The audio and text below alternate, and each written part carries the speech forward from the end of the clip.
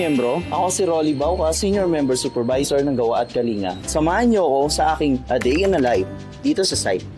Part ng daily task ko bilang isang SMS ay ang pag-monitor ng mga attendance or manpower for sites. Ano ba ang kahalagahan ng manpower attendance? Dito, malalaman natin kung nasaan ang mga members, kung present ba ito o absent.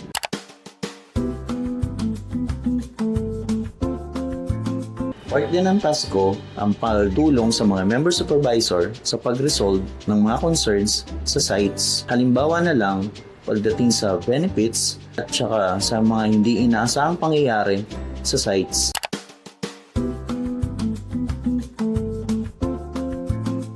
Responsible din ako sa pag-monitor ng APS. Ano ba ang APS? Ito ay ang Approved Payroll Summary, approved ng ating mga boss dito sa sites, na maaari nang maging payout sa mga members. Bukod pa doon, minomonitor ko din yung billing para maaari na natin kolektahin sa ating kliyente. Ngayon, papapirma na natin sa ating client.